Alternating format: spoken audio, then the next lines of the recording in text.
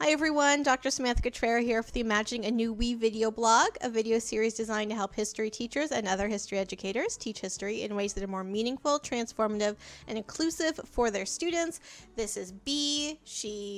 I don't know, we'll see if she sticks around for today. It has been quite a fall. It has just been quite a fall, hasn't it? And I hope that these videos and these conversations have been able to provide. Oh, I always feel like she's going to fall off. Okay, this is just a small little story. They're supposed to go in the box, right? It's a space to go in. But then her sister, who's a little bit more mischievous, started sleeping on top of the box. And now they both do it because that's the cool thing to do. It's like the one shoulder backpack in the 80s. Okay. Oh my God. Anyway, okay. So I hope that these video conversations and the podcast have been able to provide a little bit of maybe like respite or just knowing that people are thinking about you in the classroom and thinking about ways to help support your education. And I have really loved to be able to be on Twitter, to be able to connect with so many people and to be able to see the conversations going on between teachers. And like I said, connect with people and then bring that into what is going on with teachers. And that's what I'm talking about today. I'm so excited to be able to talk with this person because we connected in August when I tweeted about artifacts that were like quintessentially Canadian. And she wrote me and said, well, even just the concept of artifact is a colonial concept. And I was like, yeah, I never thought of that before. Thank you so much. And so we started an email exchange that has led to this conversation, and I'm so excited to be able to talking today to Georgina Riel.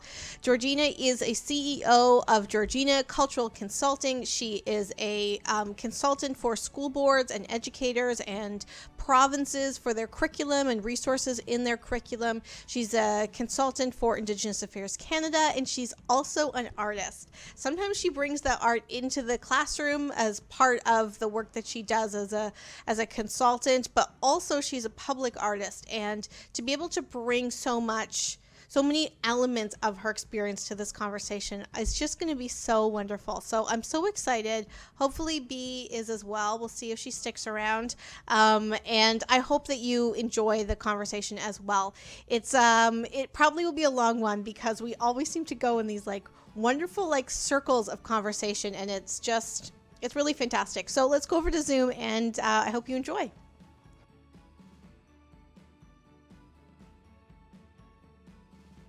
I am so excited to talk with you. Thank you so much for finding time for us to talk with together. When we connected on Twitter, I was like, these are ideas that'd be so wonderful to like explore more in the video series. So thank you so much. Do you want to introduce yourself before we start talking?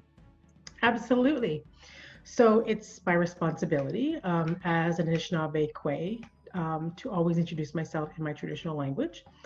And my traditional name. And it's important for my ancestors who are here with me or present with us to hear my voice and to hear my name being said.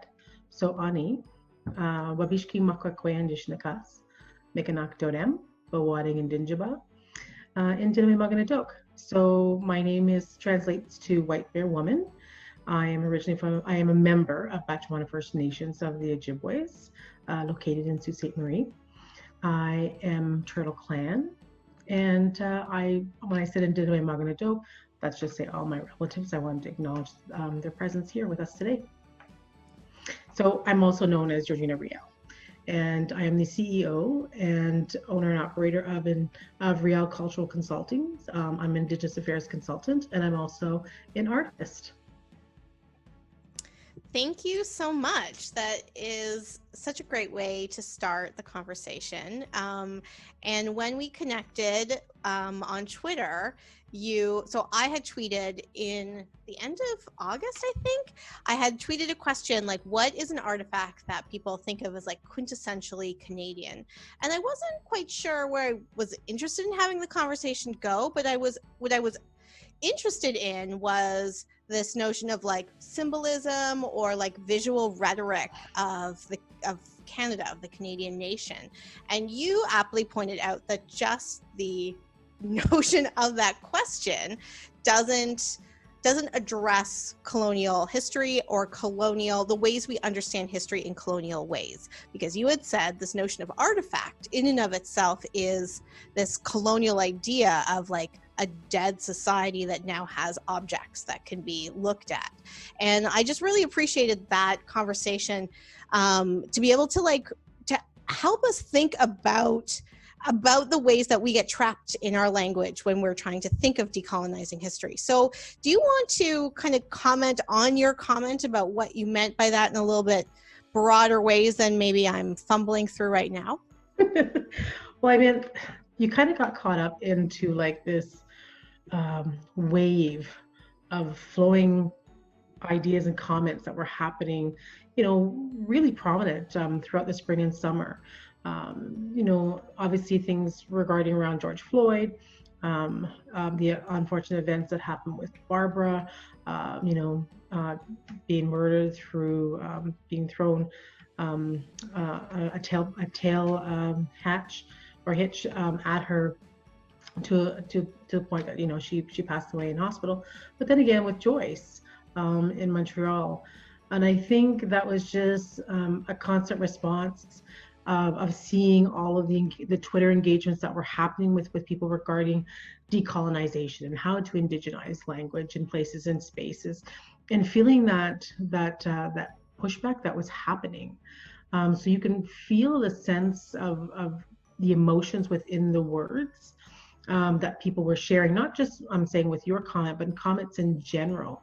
And some of it was just like, it was a bit exhausting. Again, not your comment, but just like how everything was just rolling into where other people were saying, well, I need to be an ally. I need to be this, I need to be that. But nobody ever really expressed the importance of it as to why they needed to form relationships. So when I came across your comment, to me, it struck me again, just that the word artifact was being used. So going through a lot of educational material, because I work with a lot of school boards across Ontario and across Canada in regards to curriculum-based content and language that's being used and have always been used. But just because it's been used doesn't mean that it's correct. And I think that's where that pushback comes from. It's like, well, it's something that's always existed, so why are we changing it now? So again, back to that relationship of words and language in space and place. So you want to use a word, but the relationship that it has with other people are irrelevant, but only relevant to you because it matters, because that's part of the textbook content. Where yes, when you're using artifacts, it does create an image that a nation or a society no longer exists. And artifacts have been used as a term very much, within the museums. And so again, that's a very complicated relationship, because most of our artifacts, or our, which are really our cultural tools, our cultural property, have always been possessed by a settler or colonial institution, versus being reinstated back to the nations who are the rightful caretakers of these items. So when I seen that, and for me, like when I was reading it, it didn't feel like it was coming in not in a good way. I know it was a question that you were posing out there to the broader public. But yeah, it was already just a conversation I was having with people regarding the term artifacts, and how it's only being used as a way to have a conversation that, it's an appropriate terminology to use, because it's been done for hundreds of years. When you talk about antiquities, it's artifacts, right? So but for Indigenous people, it's problematic, and because Indigenous people are saying it, that should not should not take away from the terminology that colonial people use, but it's how we feel is what's important as Indigenous people. So if that's your term, but that's not our terminology to use. Yeah, thank you for that. And I mean, I appreciate it. It's so interesting because Twitter is this like fleeting thing, but it has been able to open up a conversation. And like you said, that you were already thinking about those things because of all of these different experiences, both in terms of like your consulting work, but then the issues that were happening in North America right now. And what's interesting about that particular thread was how many people talked about residential school history and the violence of that through that conversation. And it was really, really striking how clear those voices and that experience is for understanding Canadian history. But then I got other people that would like send me direct messages and be like, oh, well, the conversation seemed like it took a different turn, so I didn't participate, but like, how about, a maple leaf? And I was like, that's also part of the conversation. And it really like highlighted to me like this, like how imperative it is to keep thinking of decolonization in teaching about history, teaching about the past. And so as a consultant that does this work with curriculum and with resources, what are ways that you see decolonizing history education and history curriculum in ways that, that's a big question, but in ways that have really resonated with people or that haven't resonated to people, and it's a message that you want to keep putting out there? So decolonization obviously is a word that's quite frequent now in our everyday discourse. But I seem to use the word indigenization more so. I find that there's less pushback with indigenizing content, with indigenizing spaces. People just are much more receptive of it. That doesn't mean that I don't use decolonization, because we need to ruffle feathers.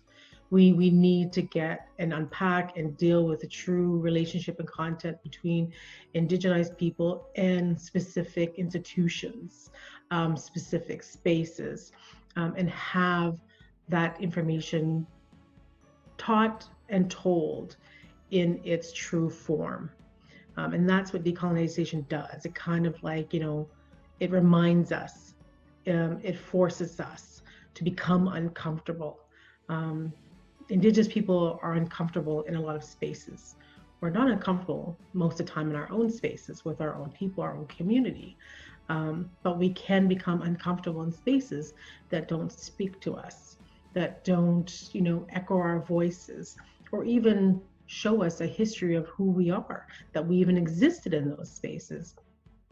So working in specific places like school boards or in certain schools, that's one of the things I do as an artist, is to use art as a form of a way of talking about history, of our relationships. Used to be called indigenous and non-indigenous courses when I was a student at university. And to talk about that, because it's really, really important to do that. But I also recognize that students like to learn in different ways. Mm-hmm. Some prefer to use videos, some prefer to use their hands-on approach of creating, some prefer doing text and reading. So we kind of use various mediums of how to teach history. So one of the longest programs I did was a year-long program in a grade 7 and 8 with actually an art partner of mine. Both of us were artists in residence at the school. And we got to work with this one class, 7 and 8, which has not been something that's ever been done before. And then we would do some things with the whole school, but primarily it was there for 7 and 8s. And we indigenized five subjects. So talking about math, talking about art, talking about music, talking about geography, and social studies. And we taught these kids how to use data senses. We taught these kids how to use not just with paints, but also of drawing techniques, using various art mediums to really express their ideas of how to talk and tell about the history and relationship of Indigenous people at that time and that location to their present day relationship. And we talked about, what it was like for their age of grade 7 and 8 to be in residential school. So I come from a history of family members who attended residential school and day school. My great-great-great-grandfather is Chief Shingwa Coos. He was also our hereditary chief in Sault Ste. Marie. And Shingwa University, which now stands in their brand new building as part of Algoma University in Sault Ste. Marie. And really talking about the complicated relationship that did not it was never meant to be complicated in the beginning. It was about creating this teaching wigwam to enhance again the lifestyles and marrying the two cultures, the Western cultures that other nations are seeing happening with their relationships with the British or the French, and just teaching different techniques to indigenous at that point defined as young boys and young girls. And that's what these schools were created. And that's obviously what we now know has not been true. However, there are people who like to dismiss the actual numbers or the estimated numbers of young children who attended residential school. Also, the number of children who were murdered in these schools, and children who died as a means of trying to escape from these schools. And then people forget to think about the people who also died after being released, because I looked at these schools as a form of prison, because there was nobody was ever asked to go, and nobody was ever given permission to leave.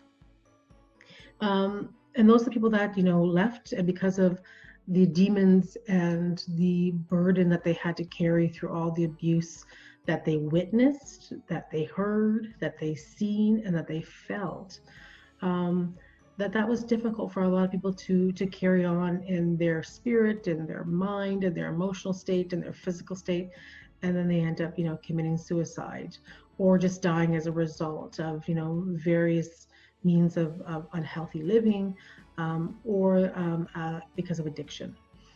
So those are the unfortunate statistics that we don't really talk about. So sharing the history and the legacy of residential school is very impactful for young people when they're doing it through art. The conversations become far more richer than me just standing and lecturing in front of a classroom. Because again, there's this kind of like veil that's taken down from the students. And obviously the participatory part of it. There's nothing symbolic. We don't create symbolism at all through my artwork. That's something I will not condone. I will not participate in. This is about talking about the richness of the history and talking about the pain, but also then moving forward in present day time in the future of how we can move forward together in a good way, and following the kind of like the two-row wampum of how we as Indigenous and settlers and newcomers can be responsible and still navigate our worlds, our spaces in a good way, in a healthy way. But that's something that's a commitment that has to be done by both. So it's really great to go into the elementary schools and start having these conversations with young people as young as kindergarten. And it's not about talking about the deep, painful history in residential schools, because we're not there to traumatize young people, even though young people as young as 4 years old were apprehended and brought to residential schools and had to experience their own trauma. But we can have a conversation that there was this school, there were these schools across Canada, and then yes, they were taken from their families. So now we're going to create an art piece. And for me, pieces of work that are done in schools are collaborative.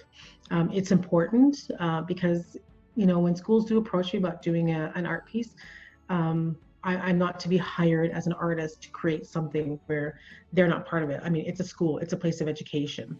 So we must come together and learn together, and they must learn all the aspects and appreciating the body of work that they're creating. So they also know what is part of the requirement of being an artist. So they learn everything from like applying. What is it like to apply for a grant? What do you need? The finances, the expenses, all that stuff that goes into it. So we have this collaborative approach with various subjects. So we have tech people that are there, computer people that can do some rendering. So they're going to learn how to do that kind of stuff. Depending on what the pieces that we want to look at, that's what we look at. And we do, and we create it in such a really great, enriching manner. Sometimes it lasts about 6 weeks. I go in a couple times a week to do it. But it's really impactful because these young people are in their school and they take great responsibility for their art. They take great responsibility of showing their art to other people, and they can talk about it. That's with the older people. Now I do public art also. That means in public spaces across various cities. And that's been very wonderful to do it in a different way. I just came from Kingston, Ontario, and it was wonderful to see the amount of rich artwork. It's a very rich art community, in the sense, the amount of artists that are there, visual performing artists. They're just it's a very talented group, coming from a city that's roughly 124,000 people. And seeing the city, how they embrace the importance of art, and how art tells a story. And so that's really, really neat to see that. And one of the latest pieces that was just unveiled in the summertime was part of a 6 wayfinding signs that are across the boardwalk. And that's actually with an art partner of mine. We have a separate business called Riel Culture and Arts, and that's part of education. It's not just a visual 6 or 10-foot board. What's really, really important is that the content, there is actual historical content that's on there to kind of complement the image that we have selected. So it's really, really important to share art, to share history through these various mediums. It's also important to ensure that, Indigenous people are being brought in to be part of that program. It's really a nice way to work in tandem with teachers and school boards. It's really important to do this with boards itself during PD training. I've done various kinds of art mapping with teachers when we're there doing training with them, and it's an important exercise. And it kind of gets us again out of our adult comfortable zone. We kind of get stuck. We don't want to look silly around people. We forget what it's like to be young. We forget what it's like to use our fingers when we're using painting or coloring or markers, or even the sniffy markers that we want to have flashbacks of what it's like, of being young. And it just drops people's shoulders. That's what art does. Mm-hmm. It just drops your shoulders and makes you become more relaxed. And all of a sudden, all your senses start to open up. And so you retain the information, you're part of the information. And the students who were with me, they are talking through this. They're asking questions, they're researching, they're becoming young researchers at a young time. And that's part of their requirement. And I really love their level of engagement, because now they're saying, but this is not what I'm being told. How come I was never told this? What are they trying to hide from us by not having these conversations? And some of them even say, they went home and they talked to their family about it, and their family's like going, why are you even part of this? Why is this even being brought in? So their parents are uncomfortable at times with this, because it's like, it was history. It was so long ago. What does it matter? And as an Indigenous person, I'm not the first person. I won't be the last person that hears, why don't you get over it? We hear it all the time through social media. We hear it in various forums where people are in interviews, or in articles that are written in print media. When are Indigenous people going to get over it? When are we going to get over it? Well, as I said to a class that I was teaching last week, I wasn't born either at that time. I didn't attend residential school myself. I'm one generation. I wasn't born when all the conflicts were happening, where treaties were not obligated, where the 60s scoop, I was born in the 60s, but I wasn't part of the 60s scoop, was around. I wasn't part of the past system. But however, Indigenous people are expected to be the only ones to carry the legacy. Mm-hmm. Fill their burden baskets with those atrocities and those legacies.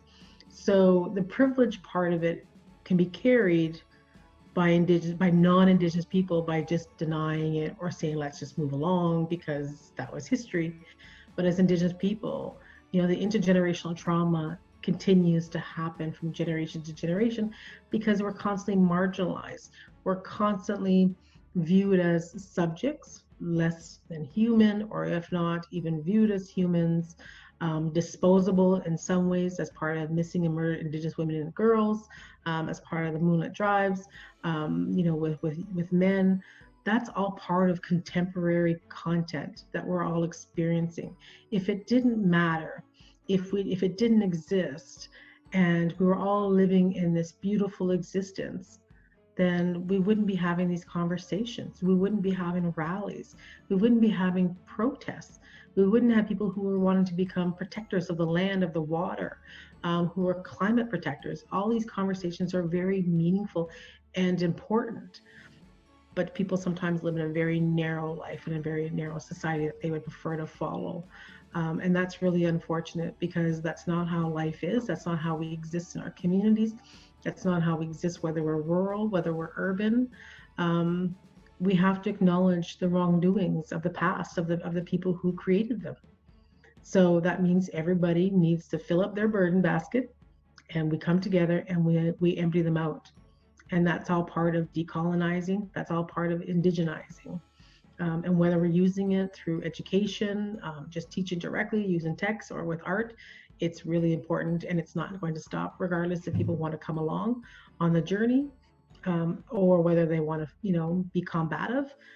It's not going to stop, because it's been a beautiful movement to see, and it will continue to have, as advocates and activists keep continuing coming together and creating solidarity with other nations and other ethnic groups.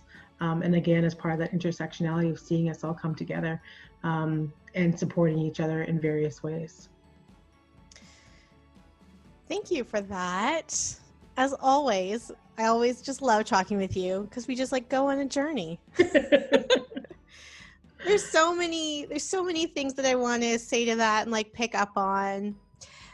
But just like one thing you said at the end, that, Indigenous people often hear like, get over it. I remember hearing Wab Canoe speak, and he was like, okay, I'm over it. I'm over it that like nuns assaulted my father. I'm over it. I've had to deal with that, and now I'm over it. Have you, as settlers, like thought about the fact that your government sanctioned that? Like, are you over it? Like, have you thought through that? And that was such an interesting moment where it was like, okay, you keep saying get over it, so I've done the processing. Why aren't you doing the processing? And to me, like, so often when I talk about the TRC, I say things like, oh, hi, BB. I say things like, the TRC did not say just teach about residential schools. The TRC said that like we have to think of reconciliation as an ongoing relationship. And so like what are the ways that you are investing in that relationship? And teaching about residential schools is a really key part of that, but it's not the only thing. And so I want to have two questions from what you had just said. Well, there's a lot, but I'll start with two. One is, why do you think that people are more open to the concept of indigenization rather than decolonization? My theory is that indigenization signals bringing something in which people might be comfortable with, whereas decolonization means stopping something or like processing yourself. So I'm kind of interested in that. And the other thing I want to talk about is art, but actually first maybe respond to that and then we'll talk about art. Well, in some way, I mentioned this in one of my responses. As part of decolonization, it's like they have to take that responsibility. Right. People have to take responsibility because colonization existed. So now when you want to decolonize the space, that means, oh, geez, where does my position of privilege, my position of potentially, if I've ever been in that place of oppressing somebody, how does that change? And power is part of that. So when you decolonize a space, if you decolonize an institution, that's part of it, or a system. It's like, oh, you're going to remove the power that we created. And so things that we've known for hundreds of years, even before Canada, New France, that's all part of that power structure that was put into place. Where indigenization is, you're right, it's about doing something in a good way. It's doing something that's important and it's necessary, and it's doing the right thing. And it's like cleaning up that space of that spilt milk that was there that has turned sour and nobody wanted to acknowledge it, that it was sitting there on the floor for like hundreds and hundreds of years. but now finally somebody has had the gumption to say, you know what, let's do this together. And if we do it together, then, we'll start healing in a good way. And the TRC was like a powerful document that was created. And it was powerful because, this is funding that was offered. It was the funding from the survivors. Yes. In order for that document to come to fruition, it was the survivors who gave their money to pay for that document to come to, to come to where it needed to be. And I think that's such a powerful thing, because some people, when I talk to people, they're just like, they had no idea. And it's like, okay, that just changes their whole concept of even a greater importance to the TRC, because it has a deeper meaning, because it was personal. Each and every person that was a survivor also carries a legacy of their family members and their friends who died and were not able to share their voice, were never able to tell their stories as part of the TRC. So that's really, really important. So whether I'm doing Indigenous consulting or whether I'm doing art, I always adhere to the TRC. So as an artist, it's Action 83. I work with non-Indigenous artists in creating pieces and collaborating spaces. That's like an essential part. It's part of our vision statement that we have. We always, whether we're doing on our websites or whether we are doing one of our stage 2 presentations for a public art piece, that's part of our introduction. We talk about that. Whether I'm training people in health and medicine, it's actions 18 to 25 and talking about the health services, talking about education. It's reaffirming and reinforcing that it must be put into document, those actions. They're there for a reason, like the amount of work. And that's honoring people. That's honoring the place that we are in here that people like to call Canada. Like, that's just, you just do it. Don't just say the TRC, say the actions. What's the relationship that you have with it? Why are you, so this is my relationship. At this particular time, it's action 1825. Why? Because I just work with a bunch of, I shouldn't say a bunch of, I worked with a group of ER doctors.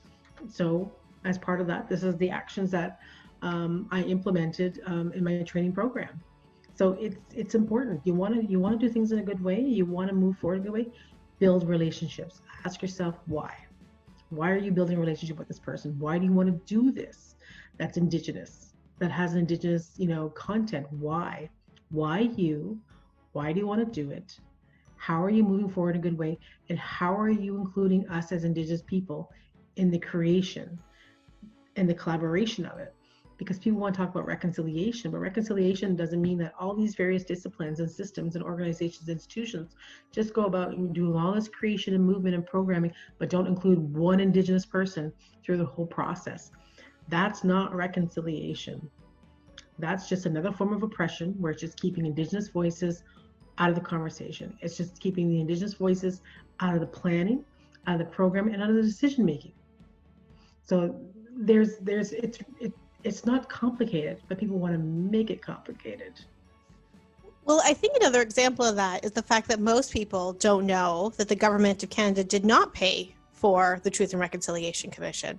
As you mentioned, the Truth and Reconciliation Commission came as part of the settlement for residential school survivors. And like, when I learned that the first time, that was like mind-blowing, because now it's not this thing that the government of Canada was like, this is something we should invest in, but rather right. Indigenous peoples are saying, this is something you need to invest in, and something that you need to invest in, the government of Canada, the people of Canada, as a way to come to terms with this history in ways that Indigenous people have had to, in ways that have been, healthy and good, but more often in ways that haven't been. Just like you said, the legacy of death related to residential school is not just the young people that weren't able to make it out, but people that made it out in ways that damaged their spirit. It's very, I mean, and you're right. And I think this is where um, it's where institutions will come together and say, well, it's not mandated. These are not mandated actions. Right. Okay, so then what is your option? How are you going to move forward? Mm-hmm. How are you going to move forward in a good way? How are there going to be inclusion? Because otherwise, the words that just came out of your mouth, it's very oppressive. Mm-hmm. It has strong undertones of racism. So if you don't want to follow these incredible actions that were done, in a very good way, with a lot of consultation with the survivors, with other community members and leaders, then what are you proposing? What are you proposing Mm-hmm. to move forward in a good way? Mm-hmm. How do you indigenize your space? Training's good. I do that for a living. I also do that for a living. Training's good. But I also remind the people that I do the training for. It doesn't mean that you stop here, because you also have change of employment that happens often. Mm-hmm. So this is part of your HR mandate, is to ensure that your employees this is part of their training, that they Mm-hmm. get this. I also recommend that there's a 6-month revisit. It's not a full day training, it's a half day training, but this is something that then should become an annual relationship with your employers, because the needs and services and the life experiences of Indigenous people are different. We're not this pan, Indigenous idea that we can just, put it into one jar. That's not it. That's the worst thing that could ever happen. Mm-hmm. But it seems to be a very comfortable relationship that people like to hear. Because again, I was mentioned to you before, being told I'm Indigenous. Well, I'm Anishinaabe, in particular, I'm Ojibway. That's terminology that the federal government, once again, constantly gives us new terminology to follow. But that's their saying, and that's a language that's used in, again, all different spaces. But again, that's not something that we have to follow. With our respective, nations. We just identify how we want to identify. But yeah, it's just difficult when you do hear that from full-grown adults. And the point that you were addressing with Waabishki's message is that getting over it um, is is something I feel like I'm hearing in a schoolyard between two people before they want to fight, but they're not quite sure if they want to get into a physical fight. So let's just battle each other with words. But the person who keeps saying, just get over it, there's no battle of wits coming out of that person at all. They just keep throwing the same sentence over and over and over and over again at you. But it's like, you're right. We have gotten over a lot of things. We have moved over. We have healed. We are moving forward in a good way as community. But when people who don't want to, as an example, most recently in Nova Scotia with the Mi'kmaq fishers and the settler fishers, they can't get over the fact that there's treaties. That's part of that legacy, that requirement I was mentioning earlier about your burden basket. You have to carry that. You have to carry that as a resident of Canada, as somebody, whether you're born here or you have generations here, or if you're you're a recent immigrant. That's your responsibility to carry. You are now, what people love to say is, we are now treaty people. You're part of that conversation. And this is what our hereditary responsibility and rights are as Indigenous people. And those rules, those laws will not change. So there became the violent interaction between the Mi'kmaq and the settler fishers, because that's something they can't get over. So I'm not quite sure why they can't get over it. No, they should just get over it, right? It's law. Just get over it. That's a treaty law. So it's not going to change. So I'm not too sure what you want me to say about that. Get over it. Just get over it. There's a beautiful button or a t-shirt to be created there. Yeah, it's just quick. It's very quick. But that's a part of that. Going back to, that's part of the ignorance that lies, or that grows in a person when it's not taught in school systems, when it's not part of the curriculum.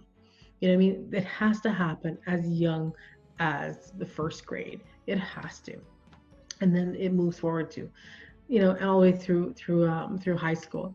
That's a requirement. That's why Indigenous content Indigenous studies is important at elementary and the high school level. And at this particular time, there's only four boards across Ontario that actually have courses in high school that are a requisition, like they're the requirement as part of their graduation. It's not an elective. It is part of their requirement to graduate. And only four boards at this particular time. And I work with two of those boards just in Ontario. And the other two, one is, they're just slow. They're very slow to get on board to this stuff. People put them like, what they've always done is a couple of hours here, whether it's 90 minutes or a 3-day. It's not obviously a full day, but as part of the unit they're being taught. That's important, so that when these young people become full-grown adults, they already know the responsibility that they must ensure that the federal government upholds, because they're not going to be taken down. Treaties will not be destroyed or ripped up. They will be upheld by Indigenous communities, because that's part of that relationship. It's part of those legal binding agreements that have been there for hundreds and hundreds of years. Okay, so to pick up on that and also kind of circle back to where we started, but also talk about the middle a little bit, I want to pose that the reason why we might get a couple hours in our history class about Indigenous peoples, or in terms of residential schools, but also things like resistance and resilience through history, is because of the structure of national history education itself. That we need courses like Native Studies, because history education in our traditional way of understanding it doesn't allow for that. I would argue that that is true because it's a very strict kind of understanding of nation. But I also like to intervene in the curriculum through affective and relational practices and creative and artistic practices, which is, I know, what a key element for you as an artist and in working with young people.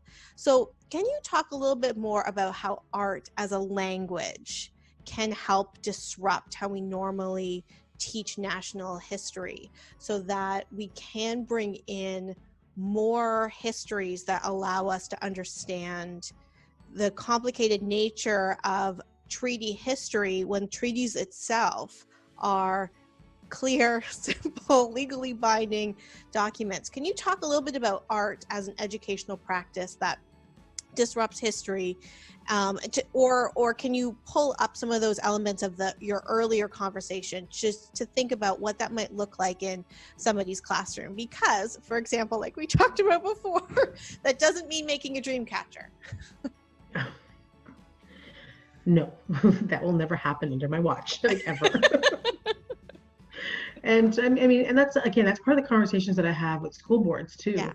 And I was mentioning this to you the other day that, working with a particular school board and creating an Indigenous art policy to ensure that symbolism and appropriation and these dollar store type thinking, trading posts, in some ways it's not complimenting at all. It's mocking Indigenous culture and relationships that we have with specific items that many nations use. Where again, the Inukshuk is a very important conversation, and totems, especially here in Ontario. But I find it very bizarre that people want to put up totem poles, and I'm like going, unless it's been gifted by some nations in BC to your municipality, I'm not quite sure why this is even here. Like, what's the relationship? What's the historical content? Because there's no factual reason for it to be here, because there's no nation that did that. The other thing would be as a result of, why is there a Inukshuk?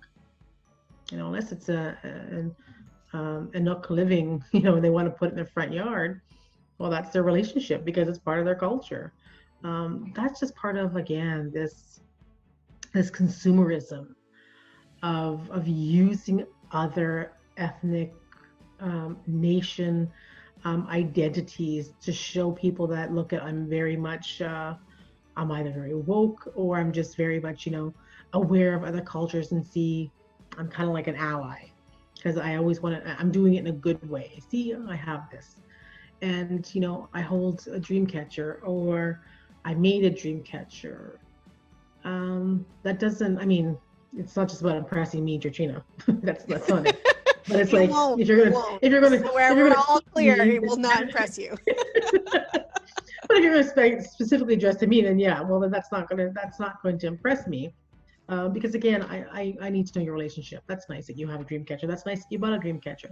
It's nice that you bought a bowl. That's nice that you bought sweetgrass. Again, I'm not quite sure why you bought a sweetgrass, because that's our traditional medicines. So what's your relationship to it? What are you using it for? Do you have the idea? Because we have teachings, like these are cultural teachings that comes with these things. Mm-hmm. And it's really, really important as to why certain things should not be in the hands of certain people. That's what it comes down to. Mm-hmm. But people don't like to be told that they can't do something.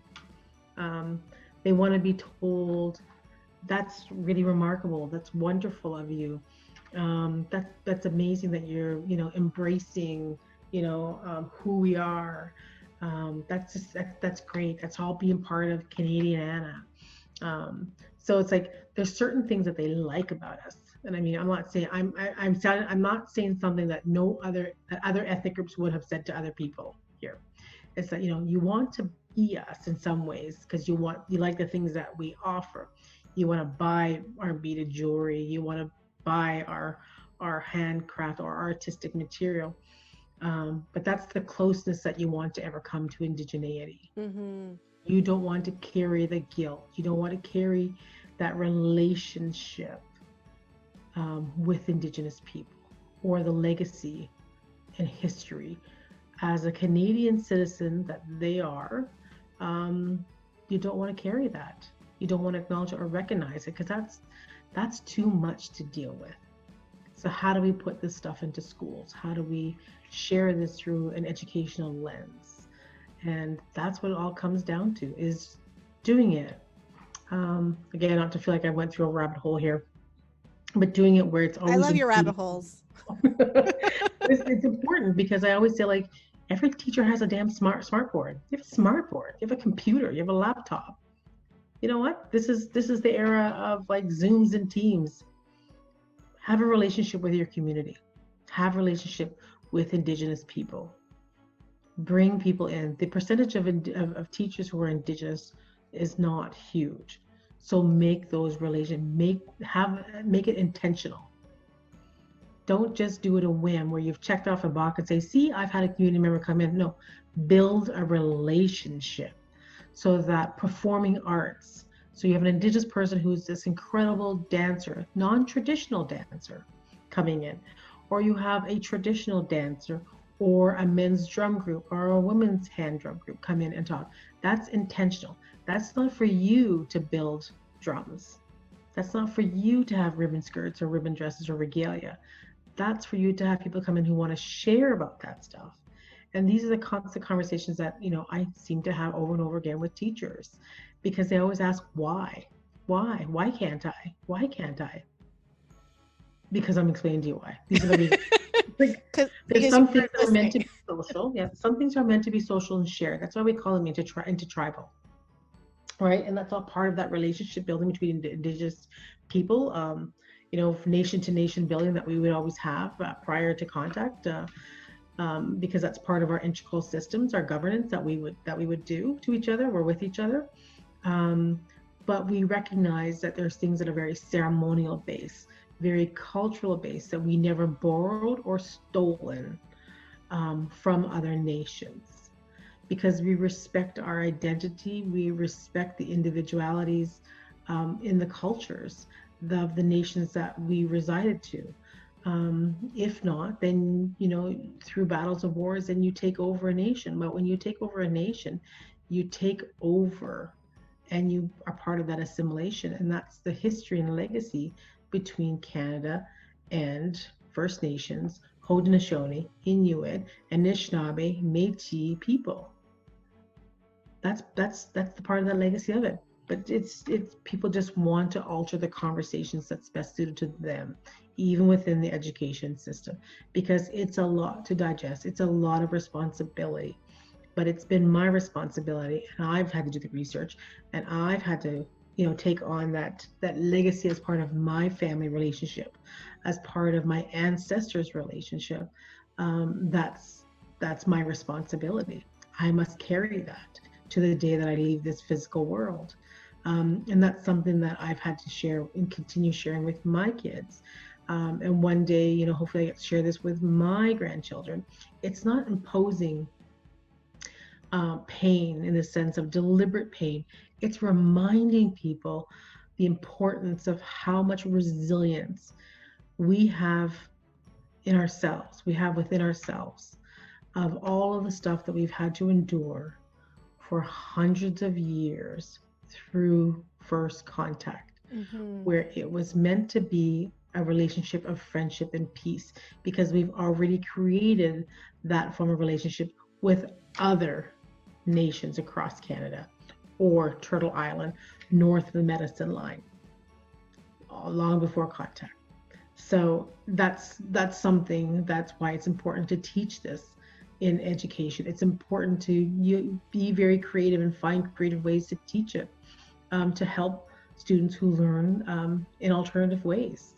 And I've just been finding that art has been a wonderful way of doing it. Seeing various performances on stage, talking about residential school, talking about a particular person. The Winnipeg Ballet Theatre did a beautiful rendition of residential school. There was a great one about the Red Sock book. Sorry, just kind of like had a moment there. No, I know the one you're talking about. It's on my bookshelf back there. I can't. Yes, and I see it back there. Oh, it's like fatty legs. Yeah, sorry, thank you. So fatty legs. Yeah. So I mean, it was beautiful. So a cousin of mine was the ballerina that was star of the performance, and Wow. she went around with the production company, and they went to all of these various performing theaters and performed in schools. Elementary schools attended, and this was their relationship, and this is how you can start the conversation, because it has to start at some point. Because it is very important, because last residential school closed in 1996.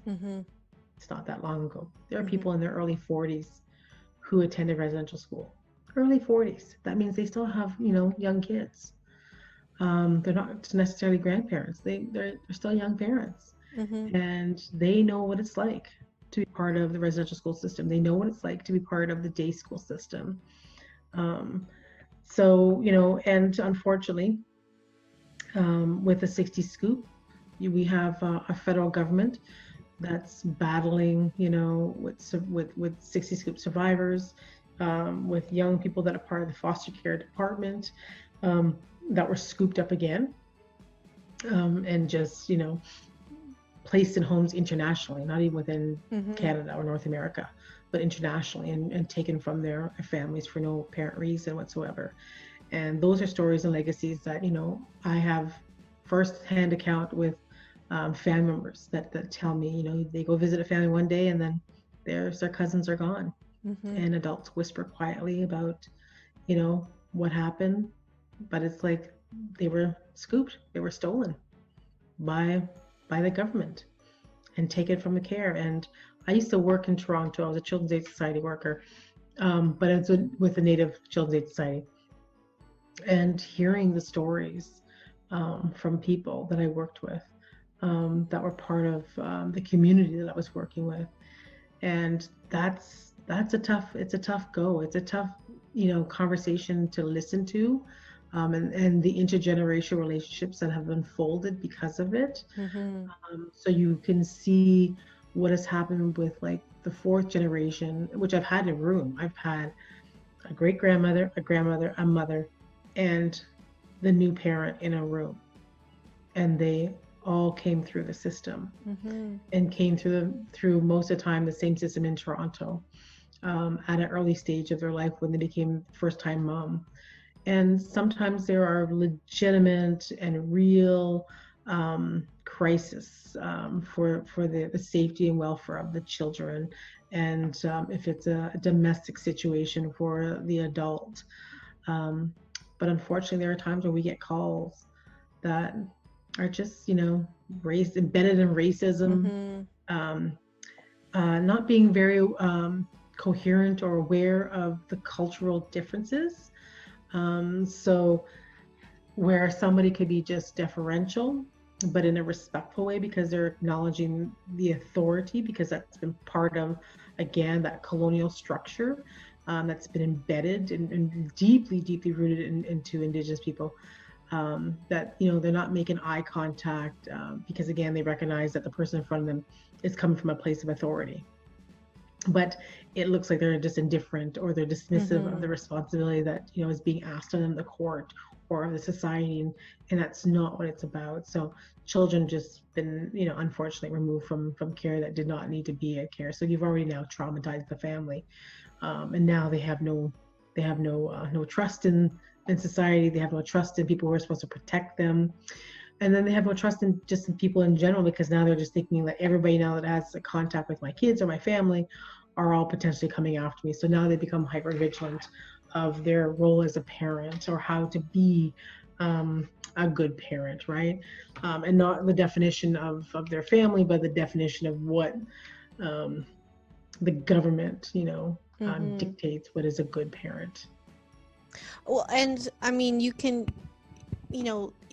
trace those experiences and that history to mass incarceration too, and in this moment, right? Like, it's fine, get over it, but it's still actually quite here. And that, I think, as non-Indigenous person, as a person who is a settler, whose family have been settlers here for generations, that it's important for us to really recognize that history and confront it in ways that can help us move forward and to work for greater justice. And I really appreciate work for greater justice, and to be open to developing new languages for having these conversations, so we don't get trapped in the same behaviors and actions and experiences because we're using the same languages. And I think art can really help us do that. I think engaging with the past can really help us do that. And I really appreciate you bringing so many of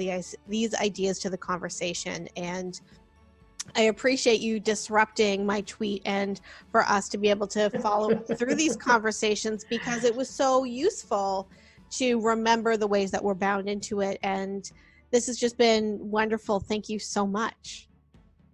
Well, miigwech for that, because you're right. It's sometimes we can become so comfortable, in our skin. We can become so comfortable in our place, and regard. I mean, this is also, for whether we're Haudenosaunee, Anishinaabe, Métis, or Inuit, that there are generations that will be stronger at this, even stronger than I am, to disrupt spaces, to hold the people accountable. I'm very comfortable sitting in council with various forms of government, and I remind people, like, there are 4 levels of government here, because First Nations people have their own governance too. So that's really important to recognize. And then there's people who are very much comfortable holding the 4 governments accountable through advocacy work, through activism, or as anarchists. Yeah, we all need each other. We all need each other to push each other, to move things forward, to make change. And wow, that word is very scary for adults. Change. It's very scary, and it's happening. And you'll either get pushed to the side, or you will find your own feet to be part of the change, be part of the movement. Because we all have a responsibility. We all have a role to do. And I'm really encouraged by the voices of not just other First Nations, Haudenosaunee, Anishinaabe, Inuit, or Métis young people who are doing artwork with me, and learning about subjects that don't get taught in school, and not because they shouldn't, because they don't want to be taught in school. It's just a time frame that teachers are permitted during the curriculum to be teaching content. Because I love how they've taken on a responsibility of knowing that they must honor. They must be being responsible, being really good citizens of their neighborhood, good citizens of their school, of their classroom, and knowing that that's part of that relationship. That's part of growing up. Is becoming very involved in the city that you live in the province or in the country. Silencing your own voice doesn't move anything forward. It keeps things stagnant. So if you want to stay comfortable being stagnant, sit in that water, because it's going to get awfully murky. There's a whole group of beautiful people out there that are coming together on their own, and then there's people who are wanting to be there in solidarity to support groups. And I think that's just a beautiful thing to witness. And unfortunately, when movements happen, that means something tragic had to have happened for movements to happen. So so people unfortunately right now have had to die. And so I shouldn't say die, they were murdered. People have been murdered in society for us to say enough is enough. And our bodies are always put into question on a daily basis. When I leave my house, when I go to the store, which right now in COVID I don't really go too far, but it's always put into question, again, because that's part of that historical relationship that as part of colonialism has with indigenous peoples, whether it's two-spirited, identifying as male or as female, non-binary. That's part of that legacy. And I think it's wonderful that we want to have these conversations. I think it's wonderful that you yourself, Samantha, are willing to get uncomfortable to have a conversation with me, even though I'm still smiling as I say it. It's important, and I'm just encouraged by the young people that I work with. I'm encouraged by the teachers who have grappled with their place in space and their training as teachers, and are admitting that this is so difficult and new for them, but they're making the necessary changes, and they're learning how to build that relationship. And I find that that's always good, but everything takes time. Everything takes time and commitment. I'm just glad that we're all here to help push the envelope of having these kinds of uncomfortable and comfortable relationships. Well, I know for me, when we first connected with that tweet, it was like, well, I can be reactive and be like, no, that's not what I mean. Like, but I can also recognize how I stepped in history in a particular way, because I'm a historical being. And so what helps me learn and what helps me teach others is responding and understanding what this moment means in a way I didn't realize it. Like, that can only help push the conversation, because I think that the more we, and this is something that I think I've thought a lot about in the last few months with the Trump election in the States. It's like, are people who are identifying as conservatives, are they making decisions that bring the most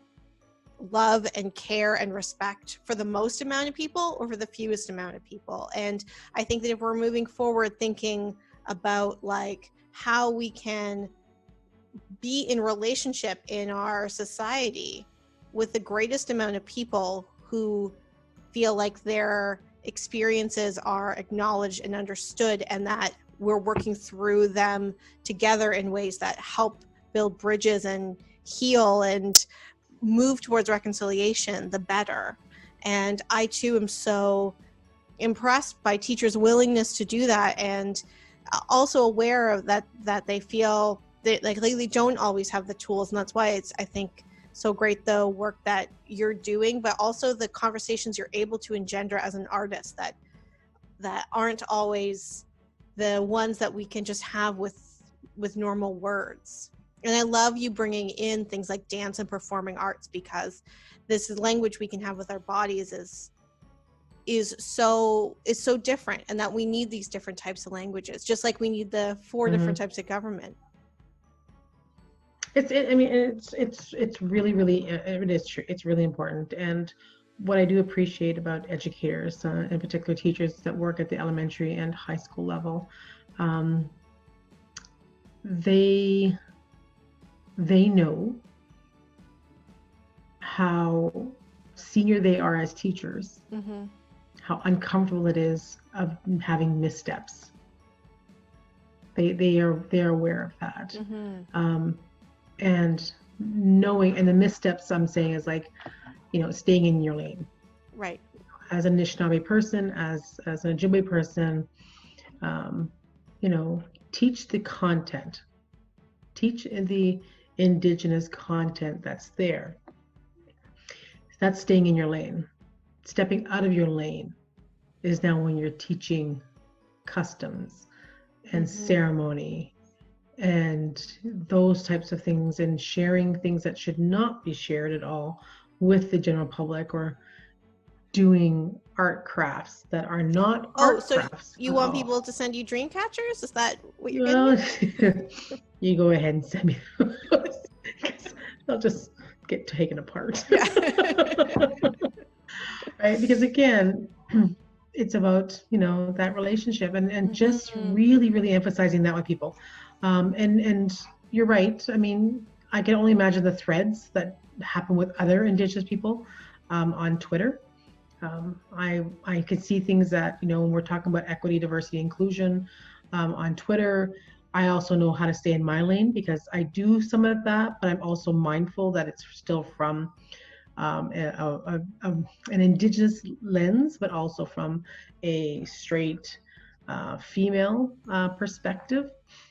So I'm still mindful of that, because I do not try to cross the lines of other ethnic groups and other racialized groups that still have to deal with all of the other isms that as Indigenous people we have to still deal with. But there's a lot of collaboration I do with Black or other people of color. I do that with them when I do workshops, because that's about staying in my lane. So it's like I know I'm very mindful, and that's okay if someone needs to correct me and said, yeah, that's not your topic, Georgina. Like that's something you shouldn't be dealing with. Just because of my association or relationship to people of color, racialized people, that doesn't give me the pass. That doesn't give me the okay to talk about things. It also doesn't mean that, again, because of that, of my relationships, doesn't mean that I should be the one doing it. That means that I'm no different of stepping on somebody else's toes here. So that's something when I'm working with educators, that it's important for them to know that there's a lane to follow, and it's okay to stay on it. It's really okay to stay on it. So I started my goodbye to you a half hour ago. And thanking you so much for your time and the wisdom of everything that you're saying, and for connecting. And I'm so pleased that we did that. And so I echo from half an hour ago those thanks. And I hope that we find other spaces for collaboration, and so that we continue this conversation. I think it's been so valuable and so interesting. And I loved our PS. Well, there is some good that comes out of Twitter, apparently. Yeah. I've had Not everything mainly is good yucky. experiences. I've met so many wonderful people, actually. I know Twitter gets a really bad rap, but maybe I'm just really selective, but I've met such great people, and I'm glad that you're one of them. Thank you so much for agreeing to talk with me today. Well, I have to say again, a big chimigwich to you for responding to my comment. Oh, thanks. I appreciate that. And then just, having multiple conversations, and for us trying to learn from each other. That's how you formulate good relationships. That's how you formulate, change. Mm. Reconciliation, that's a lifelong thing. Yeah, and well, you can just go back and forth saying thank you, and that's okay. How can people get in touch with you? I should say the information is in the description below the video or the podcast episode, but how can people get in touch with you?